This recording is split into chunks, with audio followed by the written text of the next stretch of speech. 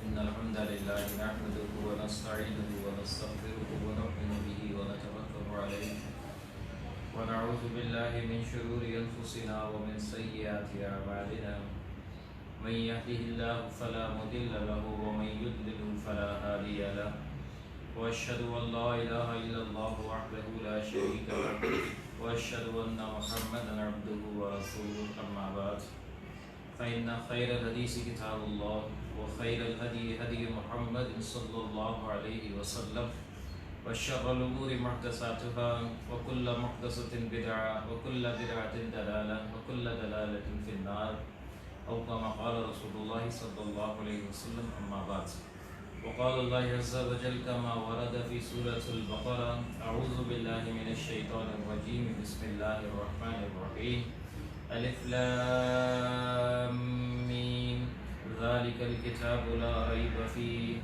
هدى للمتقين الذين يؤمنون بالغيب ويقيمون الصلاة ومما رزقناهم ينفقون والذين يؤمنون بما أنزل إليك وما أنزل من قبلك وبالآخرة هم يوقنون أولئك على هدى من ربهم وأولئك هم المفلحون صدق الله العظيم رب اشرح لي صدري ويسر لي أمري واحلل عقدة من لساني يفقهوا قولي واجعل لي وزيرا من أهلي آمين یا رب العالمین۔ قرآن حکیم کے سلسلے وار مطالعے کا ہم نے آغاز کیا تھا اور گزشتہ نشست میں ہم نے سورہ فاتحہ کو سمجھنے کی کوشش کی تھی۔ جیسے کہ آپ کے علم میں ہے ترتیب نزولی اور ترتیب مصحف، اس کے اندر تبدیلی ہے کہ جس کے اوپر گفتگو کی تھی گزشتہ نشست میں بھی۔ تو ترتیب مصحف کے اعتبار سے سورہ فاتحہ کے بعد سورۃ البقرہ ہے کہ جو سورہ مبارکہ مطالعے میں آتی ہے۔ سورہ بقرہ مدنی سورہ مبارکہ ہے اور قرآن حکیم کی طویل ترین صورتوں میں سے ایک صورت ہے۔ 286 آیات ہیں اس سورہ مبارکہ کے اندر، 286 آیات، اور مجموعی اعتبار سے ان آیات کو 40 رکوعات میں تقسیم ہے کہ جو کیا گیا ہے۔ اس سورہ مبارکہ کے اعتبار سے اس بات کو سمجھ لیجئے کہ نبی کریم صلی اللہ علیہ وسلم کا ایک ارشاد ہمیں ملتا ہے، جامع ترمذی کی روایت ہے۔ آپ نے فرمایا ہر شے کی ایک چوٹی ہوتی ہے اور قرآن کی چوٹی سورہ بقرہ ہے۔ یہ وہ مقام ہے کہ جو اللہ کے نبی صلی اللہ علیہ وسلم نے سورہ مبارکہ کو عطا فرمایا۔ پھر اسی طرح سورہ بقرہ اور سورہ آل عمران یہ جوڑے کی مانند ہے، اس کے بعد سورہ آل عمران ہے۔ ترتیب کے اعتبار سے ان دونوں صورتوں کو الزہراوین بھی قرار دیا گیا ہے۔ زہرا کہتے ہیں چمکتا ہوا، فاطمۃ الزہرا آپ کا لقب تھا، تو یہ چمکدار شے۔ الزہراوین چمکنے والی، تابناک، روشن صورتیں ہیں کہ جن کو قرار دیا گیا۔ اور یہ آپ نے فرمایا کہ اپنے پڑھنے والوں کے حق میں سفارشی اور ان کے لیے بدریوں کے سائے کی صورت میں کل قیامت کے دن آئی ہیں۔ جو ان صورتوں سے محبت کرے گا کہ جو ان کو پڑھے گا تو یہ ان کے لیے سفارشی بن کر آئیں گی، اور کل قیامت کے دن بدریوں کی صورت میں یہ آئیں گی۔ یہ وہ فضیلت ہے اس صورت کے اعتبار سے۔ پھر اللہ کے نبی علیہ السلام نے اس سورہ مبارکہ کو تلقین فرمایا کہ دیکھو اپنے گھروں کو قبرستان نہ بناؤ بلکہ اس کے اندر سورہ بقرہ کی تلاوت کیا کرو، اور جہاں سورہ بقرہ کی تلاوت ہوتی ہے وہاں جنات کا اثرات نہیں ہوتے۔ اس اعتبار سے بھی سورہ مبارکہ کو ریکمنڈ کیا ہے۔ اپنے موضوع کے اعتبار سے سمجھ لیجئے، چونکہ طویل صورت ہے تو سمجھنے کے اعتبار سے اس کو دو حصے میں تقسیم کیا جا سکتا ہے بنیادی اعتبار سے۔ جب بڑے مضامین ہوتے ہیں تو سمجھنا آسان ہو جاتا ہے کہ اگر اس کو موضوع کے اعتبار سے تقسیم کر لیا جائے تو دو بڑے بڑے موضوعات کے اعتبار سے اگر ہم اس کو تقسیم کریں تو پہلا حصہ 18 رکوعات پر مشتمل ہو جائے گا اور دوسرا حصہ 22 رکوعات پر مشتمل ہو جائے گا۔ پہلا حصہ وہ ہے کہ جس کے اندر خطاب روح سخن اللہ سبحانہ و تعالیٰ کا، یہ ہے سابقہ امت مسلمہ سے۔ سابقہ امت مسلمہ سے کیا مراد ہے؟ گویا اس سے پہلے جو امت کے درجے پر فائز تھی وہ بنی اسرائیل، ان میں سے بالخصوص یہود سے اللہ سبحانہ و تعالیٰ مخاطب ہے۔ تو ابتدائی 18 رکوعات کے اندر جو مجموعی مضامین ہمیں ملیں گے اس کے مخاطبین بنی اسرائیل میں سے یہود ہیں، اور اس کے بعد پھر انشاءاللہ اگلے 22 رکوعات کے اندر ہم دیکھیں گے کہ موجودہ امت مسلمہ یعنی امت محمدیہ، مجھ سے اور آپ سے خطاب ہے اللہ سبحانہ و تعالیٰ کا۔ تو موضوع کے اعتبار سے یہ دو حصے تقسیم ہو گئے۔ پھر اسی طرح اس کے جو ابتدائی 4 رکوعات ہیں وہ بھی بڑے اہم ہیں۔ یہ بات ہم اچھی طرح جانتے ہیں کہ تقریباً 2/3 قرآن ہے کہ جو مکی دور میں نازل ہوا۔ 13 برس کے اندر قرآن جو نازل ہوا ہے وہ مدنی دور میں کم ہوا ہے اور 13 برس میں زیادہ ہوا ہے۔ تو 2/3 قرآن ہے کہ جو مکی صورتوں پر مبنی ہے۔ اس کا خلاصہ ہے کہ جو اللہ سبحانہ و تعالیٰ نے سورہ بقرہ کے ابتدائی 4 رکوعات میں بیان کی، چونکہ ہجرت کے بعد سب سے پہلے سورہ محمد جس کو سورہ قتال کہتے ہیں وہ سورہ مبارکہ نازل ہوئی، اور اس کے بعد سورہ بقرہ ہے کہ جو نازل ہوئی۔ تو اللہ نے اس کے ابتدائی 4 رکوعات کے اندر کچھ تمہید ہے یا خلاصہ ہے کہ جو مکی صورتوں کا بیان کیا ہے۔ اس اعتبار سے سمجھیے کہ جو ابتدائی 2 رکوع ہیں اس کے اندر اللہ رب العزت نے 3 گروہوں کا تذکرہ کیا ہے۔ اس بات کو سمجھ لیجئے کہ جب کبھی بھی کہیں کوئی تحریک برپا ہو، انقلابی تحریک کس کو کہتے ہیں؟ کہ جہاں پر بنیادی تبدیلی لانا مقصود ہو اجتماعی معاملات کے اندر، پھر چاہے وہ معاشرت ہو، معیشت ہو، سیاست ہو، گویا اجتماعی نوعیت میں کوئی بڑی تبدیلی انقلاب کہلاتی ہے۔ تو جہاں کہیں بھی انقلابی نظریہ پیش کیا جائے یا انقلابی تحریک برپا کی جائے، وہاں 3 گروہ ہیں کہ جو وجود میں آتے ہیں جن کا تذکرہ اللہ سبحانہ و تعالیٰ نے بیان کیا۔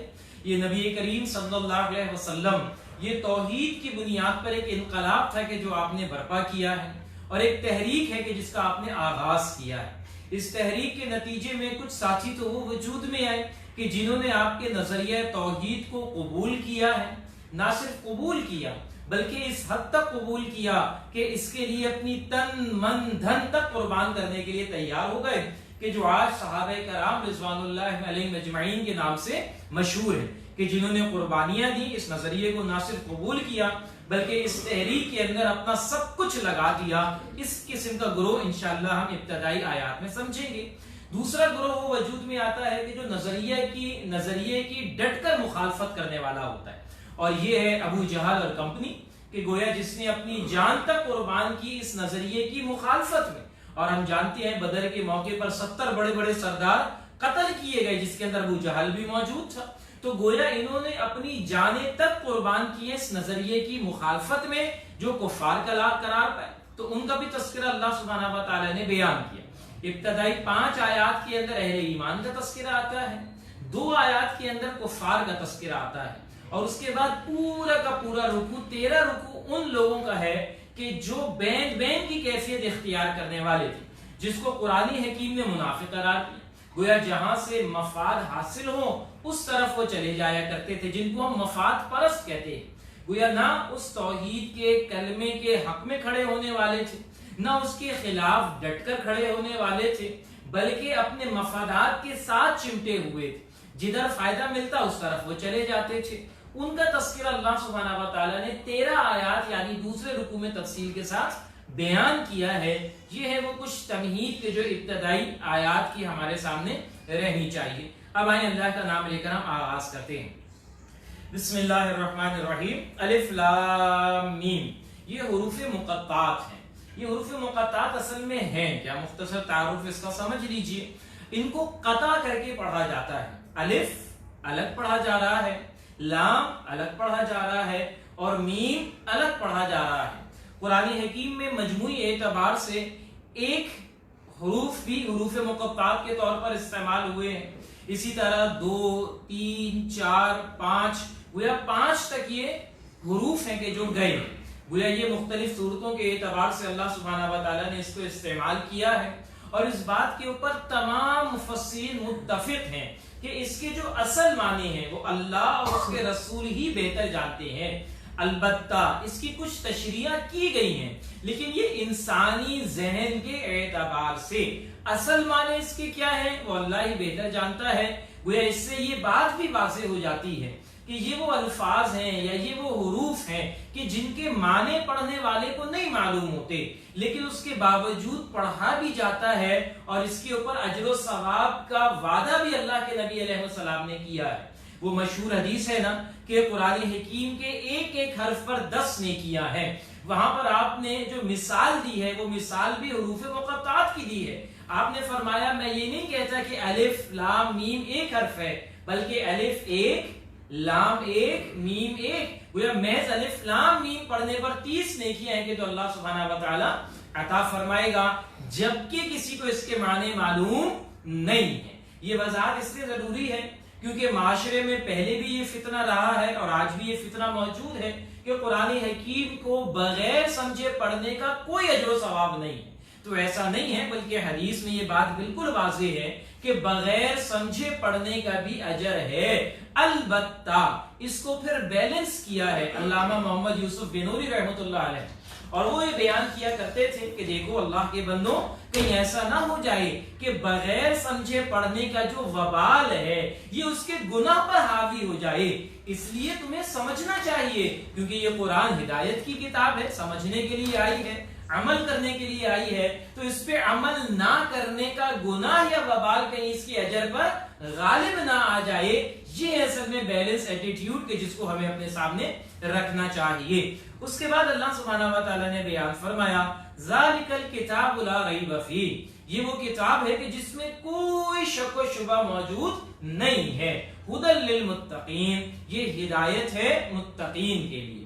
اب اس شان سے دنیا کا کوئی کلام ہے کہ جس کا آغاز نہیں ہوتا، کوئی یہ چیلنج نہیں کر سکتا کہ یہ جو کتاب میں پیش کر رہا ہوں اس میں کوئی شکوک و شبہات نہیں ہے، کوئی غلطی کے امکان نہیں ہے، بلکہ آتھرز تو آخر میں لکھتے ہیں کہ اگر میری تحریر میں، لکھائی میں یا تقریر میں کوئی کمی یا غلطی پائیں تو متوجہ کر دیں، اور پھر اس کی سیکنڈ ایڈیشنز ہیں یا مختلف ایڈیشنز ہیں کہ جو شائع کیے جاتے ہیں تاکہ اس کی تصحیح کی جا سکے اور اس کی درستگی کی جا سکے۔ لیکن اللہ کا کلام وہ ہے کہ جو اس شان سے آغاز ہو رہا ہے کہ اللہ نے بیان فرمایا اس میں کوئی کجی، کوئی ٹیڑھ، کوئی کمی، کوئی شک موجود نہیں ہے۔ کس اعتبار سے؟ من جانب اللہ ہونے کے، وہ یہ اللہ کی طرف سے بھیجا گیا کلام ہے، اس میں کوئی شک نہیں ہے، اور اس میں جو آنے والے احکامات ہیں وہ اللہ کی طرف سے ہیں، وہ انسانیت کے لیے نفع کے لیے ہیں، انسانیت کی ہدایت کے لیے ہیں، انسانیت کی درستگی کے لیے ہیں، انسانیت کی کامیابی کے لیے ہیں۔ اس اعتبار سے کوئی شکوک و شبہات اس کے اندر موجود نہیں ہے۔ گویا بالکل آغاز میں اللہ سبحانہ و تعالی نے تمام تعصبات سے ذہنوں کو پاک کر دیا کہ اپنے ذہنوں میں سے تمام فلسفے، تمام نظریات اور تمام تعصبات نکال کر اب اس کلام کو پڑھو اور اس کی بنیاد پر اپنا نظریہ بناؤ، اس کی بنیاد پر اپنے آئیڈیے بناؤ، اس کی بنیاد پر اپنی زندگی گزارنے کے اصول ہیں کہ جس کو قائم کرو۔ یہ ہے وہ آغاز کے جو اللہ سبحانہ و تعالی نے بیان فرمایا ذالک الکتاب لا ریب فیہ، یہ وہ کتاب ہے کہ جس میں کسی قسم کا کوئی شک موجود نہیں ہے کہ یہ احکامات اللہ کی طرف سے ہیں، اور انہی احکامات میں انسانیت کے لیے نفع ہے اور انسانیت کے لیے فائدہ ہے۔ مزید اللہ نے بیان فرمایا ھدی للمتقین، یہ متقین کے لیے ہدایت ہے۔ اب یہاں پر اس بات کو سمجھ لیجئے کہ دو چیزیں ہیں کہ جو آئی ہیں، نمبر 1 ہدایت اور نمبر 2 متقین۔ یہ ہدایت اس اعتبار سے کہ ہم سورہ فاتحہ کے اندر ہم نے اللہ سے دعا مانگی تھی نا، اہدنا الصراط المستقیم، اے اللہ سیدھے راستے کی مجھے ہدایت عطا فرما۔ اللہ سبحانہ و تعالی نے جواب دعا کے اعتبار سے ھدی للمتقین عطا فرما دیا۔ تم نے ہدایت کا سوال کیا، یہ لو یہ ہے ہدایت، اللہ نے یہ بتا بھی دیا، اللہ نے یہ دکھا بھی دیا، اللہ نے یہ سمجھا بھی دیا، اور اس کے ذریعے اللہ ہدایت تک پہنچا بھی دے گا جو اس کو تھامنے والا بن جائے گا۔ گویا یہ ہے ہدایت کہ جس کو ہم نے تفصیل سے سمجھا تھا، جان بھی لینا،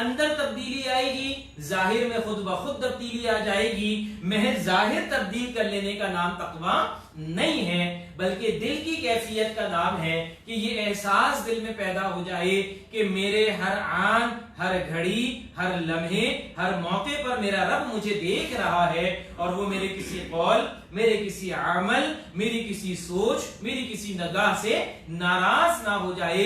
بس اس احساس کے ساتھ زندگی گزارنے کا نام تقویٰ ہے۔ تو ابتدا میں اللہ نے واضح فرما دیا ھدی للمتقین، یہ ہدایت ہے پرہیزگاروں کے لیے، متقین کے لیے، تقویٰ اختیار کرنے والوں کے لیے۔ اب تعبیر خاص کے اعتبار سے آگے 5 اوصاف ہیں کہ جو اللہ سبحانہ و تعالی نے بیان کیے ہیں، اور یہ ہیں صحابہ کے اوصاف، یہ ہیں ان لوگوں کے اوصاف کہ جنہوں نے نظریہ تقوی کو قبول کیا ہے، نظریہ توحید کو قبول کیا ہے، اور اس کے لیے اپنا لگایا ہے تن من دھن۔ ان کے اوصاف اللہ بیان کر رہے ہیں۔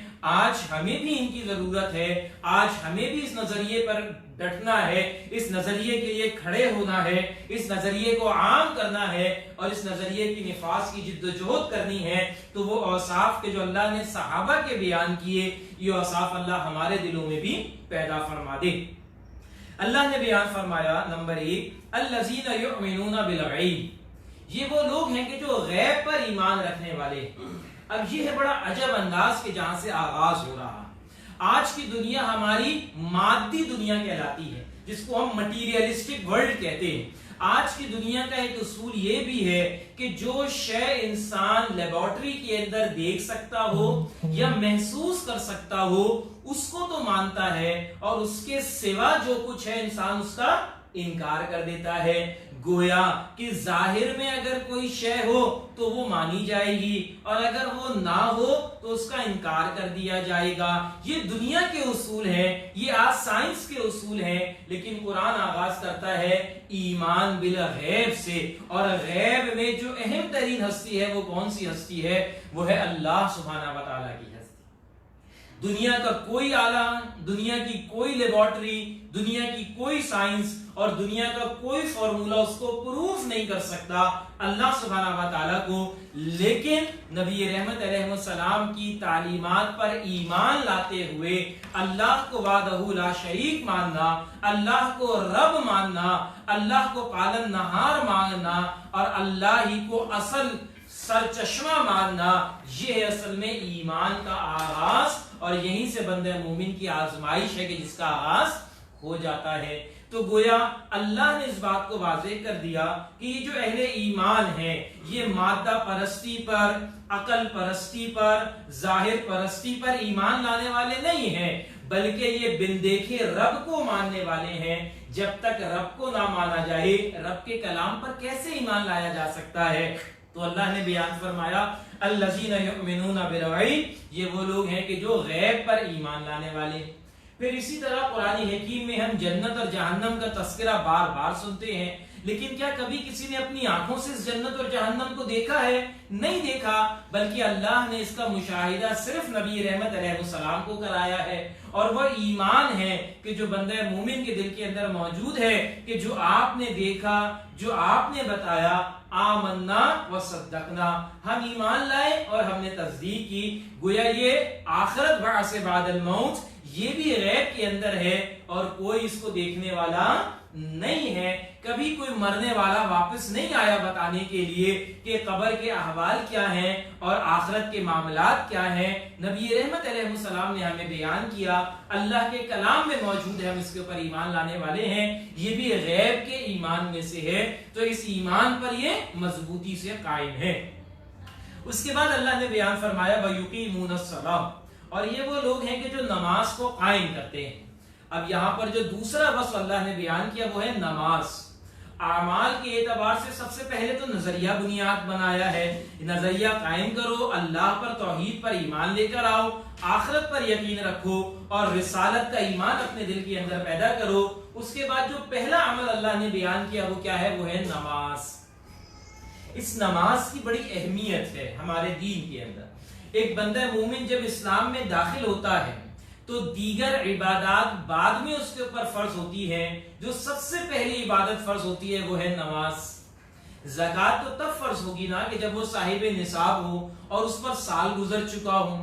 حج تب فرض ہوگا کہ جب حج کا موسم آئے اور وہ پیسے والا بھی ہو, اس کے پاس مال و دولت بھی ہو تو وہ حج کر سکے.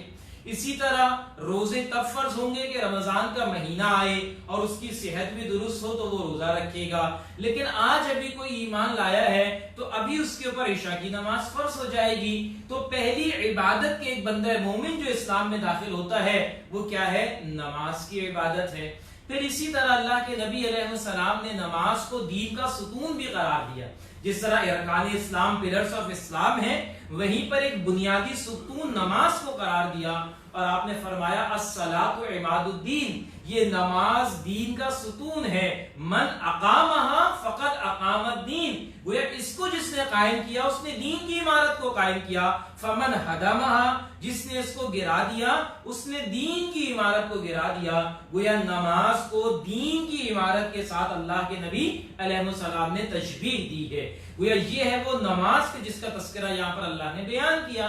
اب اس بات کو سمجھیں کہ یہاں پر اللہ نے یہ نہیں کہا نماز پڑھنے والے ہیں, بلکہ بیان فرمایا وہ یقیمون الصلاۃ, وہ نماز کو قائم کرنے والے ہیں. قرآن میں تقریباً 700 ٹائم 700 مرتبہ نماز کا تذکرہ آیا ہے, 700 مرتبہ. اور بار بار اللہ نے بیان فرمایا اقیم الصلاۃ اقیم الصلاۃ اقیم الصلاۃ, نماز کو قائم کرو. یہ قائم کرنا کیا شے ہوتی ہے؟ ایک ہوتا ہے نماز کا پڑھنا اور ایک ہوتا ہے نماز کا قائم کرنا. نماز پڑھ تو لی جاتی ہے لیکن اس کا قائم کرنا زیادہ مشکل کام ہے. اور وہ کیا ہے؟ نماز کا قائم کرنا یہ ہے کہ جس مقصد کے لیے اللہ نے اس نماز کو عطا کیا ہے ان مقاصد کو حاصل کیا جائے. جس طرح سورہ طٰہٰ میں اللہ نے بیان فرمایا اقیم الصلاۃ لذکری, نماز قائم کرو میری یاد کے لیے.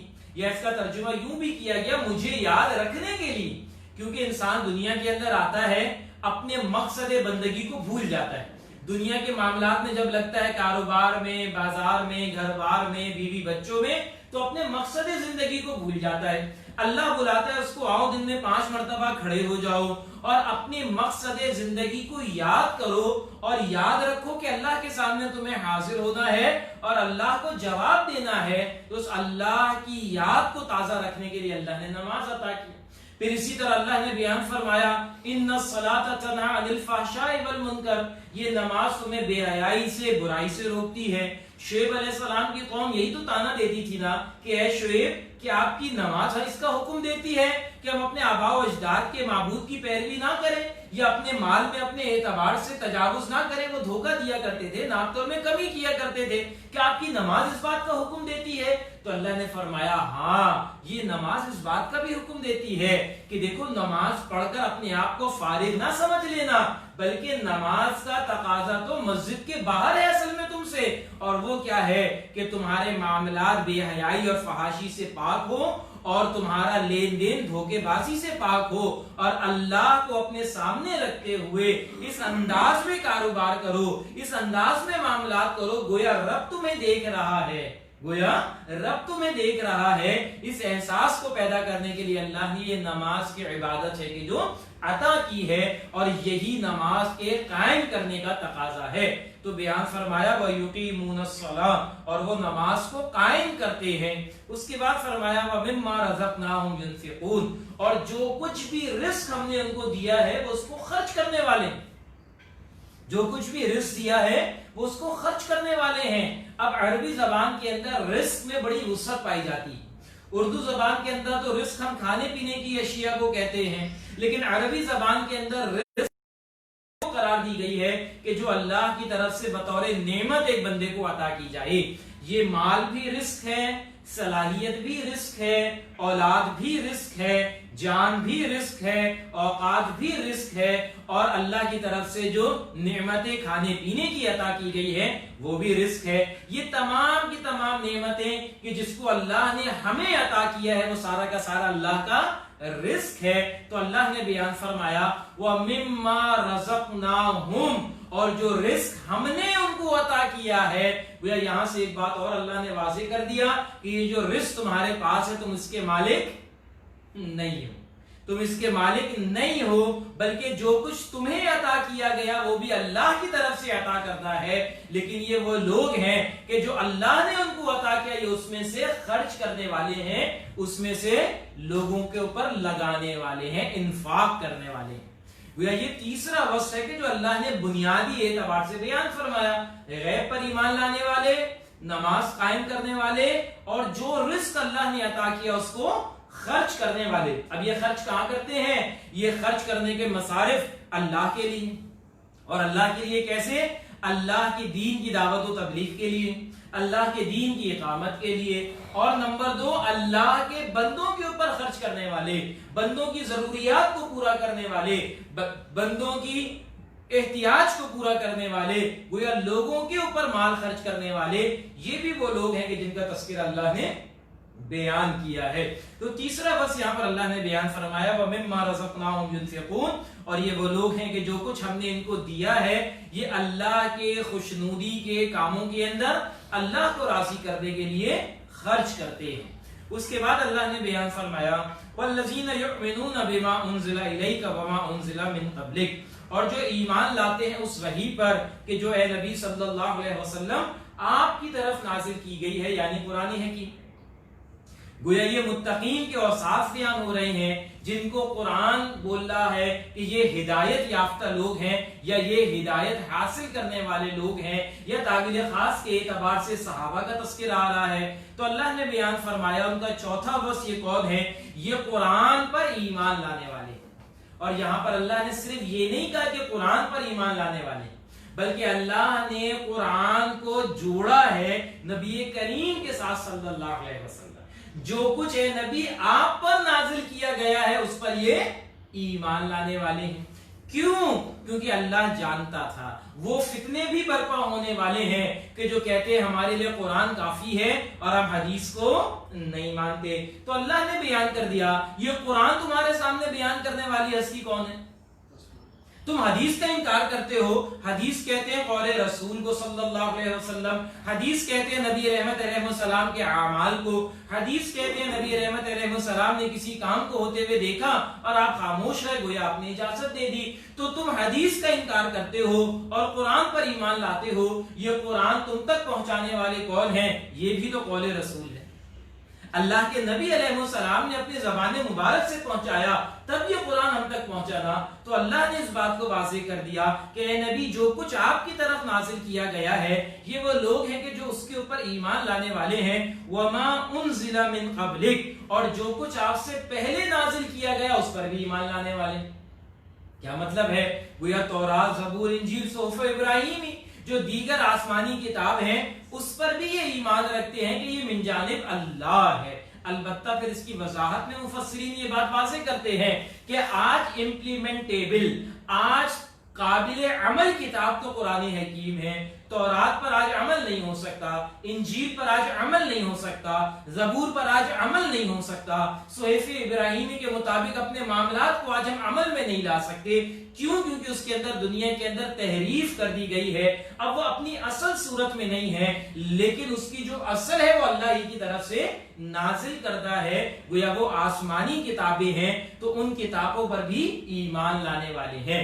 اب یہاں پر دو چیزیں اور ہیں کہ جو یہاں پر اللہ نے پوشیدہ رکھی ہوئی ہیں اس موضوع کے اندر، اور وہ کیا ہے؟ نمبر ایک، یہاں پر اللہ نے اس بات کو واضح کر دیا کہ جو امت محمدیہ ہے یہ تعصبات سے پاک ہے۔ امت محمدیہ تعصبات سے پاک ہے۔ کیوں؟ کیونکہ یہودی موسیٰ علیہ السلام تک تو مانتے ہیں، تورات تک تو مانتے ہیں، لیکن اس کے بعد عیسیٰ علیہ السلام اور محمد رسول اللہ صلی اللہ علیہ وسلم کا انکار کرتے ہیں، انجیل اور قرآن کا انکار کرتے ہیں۔ اسی طرح عیسائی عیسیٰ علیہ السلام تک تو مانتے ہیں، انجیل تک تو مانتے ہیں، لیکن اس کے بعد محمد رسول اللہ صلی اللہ علیہ وسلم اور قرآن کا انکار کرتے ہیں۔ جبکہ امت محمدیہ وہ امت ہے کہ جو آخری نبی کو بھی مانتی ہے، آخری کلام کو بھی مانتی ہے، اور اس سے پہلے تمام انبیاء اور تمام کتابوں کو ماننے والی ہے۔ گویا تعصبات سے پاک ہے، براڈ مائنڈڈ ہے، تمام انبیاء پر ایمان رکھتی ہے، اور کسی کا بھی انکار اسلام سے نکال دینے والا ہے۔ تو یہ ہے وہ اللہ سبحانہ و تعالی نے وسعت اہل ایمان کی بیان کی۔ دوسرا نقطہ جو یہاں پر بیان کیا جاتا ہے وہ یہ ہے کہ اللہ نے بیان فرمایا کہ جو کچھ آپ سے پہلے نازل ہوا اس پر ایمان لانے والے ہیں. کیا مطلب ہے کہ یہاں پر ختم نبوت کا بھی اشارہ ہے. یہاں پر ختم نبوت کا بھی اشارہ ہے کہ اب چونکہ آپ کے بعد کوئی نئی کتاب آنے والی نہیں ہے, کوئی نیا نبی آنے والا نہیں ہے, اسی لیے اللہ نے متقین کے اوصاف میں بیان فرمایا کہ وہ قرآن پر اور اس سے پہلے کتابوں پر ایمان رکھتے ہیں. کیوں؟ کیونکہ اس کے بعد اب کچھ نیا آنے والا نہیں ہے. گویا ختم نبوت کا اشارہ بھی ہمیں یہاں پر مل جاتا ہے. اس کے بعد آخر میں اللہ نے بیان فرمایا وَبِالْآخِرَةِ هُمْ يُوقِنُونَ, اور وہ آخرت پر یقین رکھتے ہیں. آخرت پر یقین رکھتے ہیں. اب یہ جو الفاظ ہیں نا اللہ سبحانہ و تعالیٰ کی, یہ ایسے ہی نہیں ہے. اللہ نے بیان فرمایا الَّذِينَ يُؤْمِنُونَ بِالْغَيْبِ وَيُقِيمُونَ الصَّلَاةَ وَمِمَّا رَزَقْنَاهُمْ يُنْفِقُونَ. گویا یہاں پر ایمانیات کا تذکرہ آ گیا. پھر اللہ نے بیان فرمایا وَالَّذِينَ يُؤْمِنُونَ بِمَا أُنزِلَ إِلَيْكَ وَمَا أُنزِلَ مِن قَبْلِكَ. یہاں پر بھی ایمان کا تذکرہ ہے, لیکن آخرت کے لیے اللہ نے یہ نہیں بیان فرمایا کہ وَبِالْآخِرَةِ هُمْ يُؤْمِنُونَ, وہ آخرت پر ایمان رکھتے ہیں, بلکہ اللہ نے بیان فرمایا وَبِالْآخِرَةِ هُمْ يُوقِنُونَ, وہ آخرت پر یقین رکھنے والے. آخرت پر یقین رکھنے والے. کیوں؟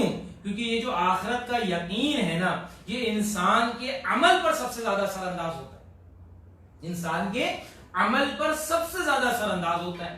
پھر انسان دنیا کے اندر ہو اور اس کو یہ احساس ہو کہ کوئی مجھے دیکھ رہا ہے, مجھے مانیٹر کیا جا رہا ہے, میری نگاہ بندی, میری بندی کی جا رہی ہے, تصویر لی جا رہی ہے. تو جب یہ احساس انسان کو ہوتا ہے تو انسان کا عمل درست ہو جاتا ہے. جب انسان کو یہ احساس ہو کہ مجھے جواب دینا ہے, میرا اکاؤنٹیبلٹی ہونی ہے, تو انسان کا عمل درست ہو جائے گا. لیکن جہاں اس کو یہ احساس ہو جائے کہ مجھے کوئی پکڑنے والا نہیں ہے, مجھے کوئی پوچھنے والا نہیں ہے, تو انسان کا عمل ویسا ہو جاتا ہے کہ جیسے آج بدقسمتی سے دنیا کے اندر ہمیں نظر آ رہا ہے. تو یہ وہ احساس ہے کہ انسان کے اندر یہ جتنا پختہ ہوتا چلا جائے گا اتنا اس کا عمل درست ہوتا چلا جائے گا. ایک بندے کو یہ احساس ہو کہ میرا رب مجھے دیکھ رہا ہے اور مجھے اللہ کے سامنے حاضر ہونا ہے اور اپنے ایک ایک اعمال کا جواب دینا ہے, یہ یقین جتنا پختہ ہوتا چلا جائے گا اتنا عمل درست ہوتا چلا جائے گا. یہ بڑا آسان فارمولہ ہے, اپنے اعمال کو درست کرنا ہے, آخرت کے یقین کو پختہ کرنا. ایک بچے کو یہ جتنا یقین پختہ ہوتا ہے کہ میرا باپ مجھ سے سوال کرے گا, اتنا وہ برائیوں سے بچا رہتا ہے. لیکن جو بچہ لاپرواہ ہو جائے یا جو باپ کی جواب دہی کو ہوا میں اڑا دے, وہ بچہ لازماً بگڑ جایا کرتا ہے. یہ معاشرے کا معاملہ ہمیں نظر آتا ہے. تو اسی طرح بندوں کا معاملہ ہے, جس کو یہ احساس ہو نا, یقین ہو کہ مجھے اپنے رب کے سامنے حاضر ہونا ہے, مجھے اپنے رب کو جواب دینا ہے, اس کا عمل لازمی درست ہو. اور جس کا یہ یقین کمزور پڑ جائے اس کے عمل کے اندر نافرمانیاں ہیں کہ جو ہمیں نظر آئیں گی. تو اللہ نے بیان فرمایا وَبِالْآخِرَةِ هُمْ يُوقِنُونَ, وہ آخرت پر یقین رکھتے ہیں. اس کے بعد اللہ نے بیان فرمایا اولئک علی ھدی من ربہم, یہی وہ لوگ ہیں جو ہدایت پر ہیں اپنے رب کی طرف سے. وَأُولَئِكَ هُمُ الْمُفْلِحُونَ, اور یہی وہ لوگ ہیں کہ جو کامیاب ہونے والے ہیں. گویا کامیابی کے معیارات اللہ نے یہاں پر ہمارے لیے واضح فرما دی. ہم سب چاہتے ہیں نا کہ ہم کامیاب ہو جائیں, ناکام ہونا کوئی نہیں چاہتا. کوئی شخص ایسا نہیں ہے کہ جو ناکام ہونا چاہے. اللہ نے بیان فرمایا دیکھو کامیابی ان اوصاف کے اندر ہے, یہ اوصاف اپنے اندر پیدا کر لو, اللہ تمہیں کامیابی ہی کامیابی ہے کہ جو عطا فرما دے گا. اللہ یہ اوصاف ہمارے دلوں کے اندر پیدا فرما دے. اس کے بعد اللہ تعالیٰ نے ہدایت سے محروم لوگوں کا تذکرہ بیان کیا جو 2 آیات کے اندر آیا ہے. جس طرح بات بیان کی گئی تھی کہ یہ کفار ہیں کہ جن کا تذکرہ اللہ نے بیان کیا کہ جنہوں نے توحید کے نظریے کا نہ صرف انکار کیا بلکہ اس کے خلاف ڈٹ کر کھڑے ہونے والے بن گئے. اللہ نے بیان فرمایا ان الذين كفروا سواء عليهم انذرتهم ام لم تنذرهم لا يؤمنون, بے شک وہ لوگ جنہوں نے کفر کیا برابر ہے ان کے لیے, چاہے اب آپ ان کو خبردار کریں یا ان کو خبردار نہ کریں, لا یؤمنون, وہ ایمان لانے والے نہیں ہیں. ختم اللہ علی قلوبہم, ان کے دلوں کے اوپر مہر لگا دی گئی ہے. وعلی سمعہم, اور ان کے کانوں پر بھی مہر لگا دی گئی ہے. وعلی ابصارہم غشاوہ, اور ان کی آنکھوں پر پردہ پڑا ہوا ہے. ولہم عذاب عظیم, اور ان کے لیے بہت بڑا عذاب ہے کہ جو اللہ نے تیار کر رکھا ہے۔ گویا ہدایت سے محروم لوگ کون ہیں؟ یہ وہ لوگ ہیں کہ جن کے سامنے ہدایت نامہ پیش کیا گیا۔ اب یہ بھی بڑی اہم بات ہے، جن کے سامنے ہدایت نامہ پیش کیا گیا، جن کے سامنے اللہ کے احکامات سنائے گئے، لیکن اس کے باوجود انہوں نے اپنے کان بند رکھے، اپنی آنکھیں بند رکھی، اپنے دلوں کو غلاف میں رکھا۔ اللہ نے بطور عذاب بیان فرمایا کہ ان کی آنکھوں پر، ان کے کانوں پر، ان کے دلوں کے اوپر مہر لگا دی، مہر لگا دی۔ اور یہ مہر تب لگائی جاتی ہے کہ جب بندہ جانتے بوجھتے انکار کرنے والا بن جائے، جانتے بوجھتے حق کو پہچان کر اس کی خلاف ورزی کرنے والا بن جائے، تو یہ شدید ترین عذاب ہے کہ جو اللہ کی طرف سے آتا ہے کہ حق کو قبول کرنے کی صلاحیت اللہ ضبط کر لیتا ہے اور پھر اس کے اوپر مہر لگا دیتا ہے۔ یہاں پر اللہ نے اس بات کو بار بار بیان کیا ہے کہ دیکھو اللہ سبحانہ و تعالی نے تمہارے لیے یہ حق کو کھول کر بیان کر دیا، لیکن تم نے خود ہی اس کو ماننے سے انکار کر دیا۔ وَيَهْدِي إِلَيْهِ مَن يُنِيبُ، سورہ شورى میں تو اللہ اس بات کو بیان کرتا ہے کہ وہ اپنی طرف ہدایت دیتا ہے جو متوجہ ہونے والا ہو، جو اس کی طرف متوجہ ہوتا ہے اللہ تو اس کو ہدایت دیتا ہے، لیکن جو جانتے بوجھتے انکار کر دے پھر اللہ سبحانہ و تعالیٰ ہے کہ جن کے دلوں کے اوپر پردے ہیں کہ جو ڈال دیے جاتے ہیں۔ اللہ تعالیٰ اس عذاب سے ہمیں محفوظ فرمائے۔